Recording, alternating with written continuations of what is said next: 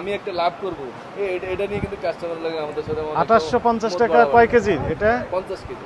50 KG দাম 2850। জি 57 টাকা পড়ে ভাগ 50।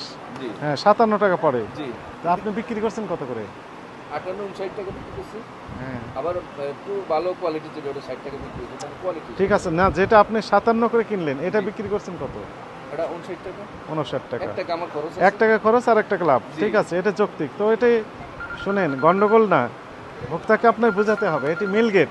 জি আপনার মিল গেট মানে আপনার ক্রয় মূল্য এটা। কাস্টমার বিজি অনেক কাস্টমার মিল গেট প্রাইস মানে আপনি কিনেছেন, জি তারপর পরিবহন কস্ট জি, আছে, জি, জি। লোডিং আনলোডিং আছে, জি জি এই কারণে 1 টাকা করে লাভ মানে খরচ পড়ছে। খরচ করছি আর 1 টাকা আমি লাভ করছি।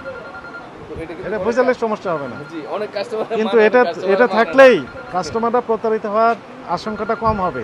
জি আপনি 57 কিনেছেন, এটা আমরা দেখতে পাচ্ছি, জি যেহেতু রেট লেখা আছে। জি আপনি চাইলে 67 টাকা দিয়ে বিক্রি করতে পারবেন না। না না যখন এটা বেশি তো দামে কখনো বিক্রি হবে করবেন না। তখন কাস্টমার আপনাকে ধরে ফেলবে। জি এই জন্যই এটা নিয়ম আইন করেছে সরকার, জি যে আপনাকে ক্রয় মূল্য দেখাতে হবে, যে হ্যাঁ জি বস্তার গায়ে লেখা থাকবে, হ্যাঁ থাকতে হবে। গায়ে লেখা আছে।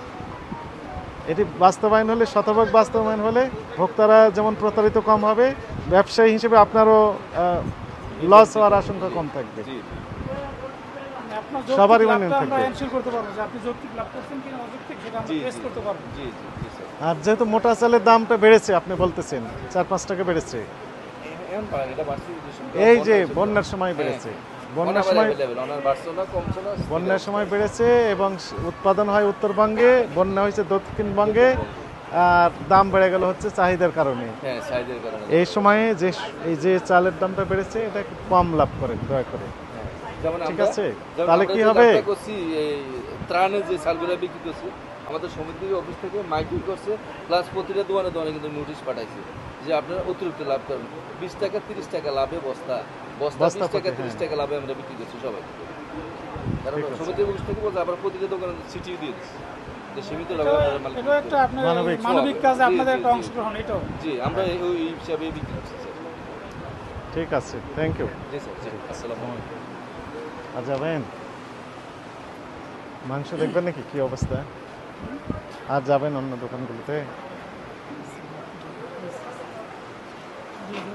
ওই দিন আসছে। ইলিশের কাছে গেলেই তো লোকজন ইয়া করবে। ইলিশ উঠেছে এখানে। হ্যাঁ হ্যাঁ ইলিশ নিয়ে তো মানুষের বেশ আবেগ আগ্রহ অনেক বেশি। ইলিশের আগ্রহ আছে, ইলিশ আমাদের যে আইনের ইলিশ- মধ্যে নাই, স্যার, ইলিশের মৎস্য অধিদপ্তর আছে। মৎস্য সবাই কাজ অধিদপ্তর, করছে। হ্যাঁ। এই আপনারা ওদেরকে জিজ্ঞেস করেন না, ধরেন না কেন? বারবার দিলে টাকা আমাদের ভালো ধরেন না। ওয়ালাইকুম আসসালাম। এই আমাদের পয়সা আমরা পাচ্ছি না। Maximum light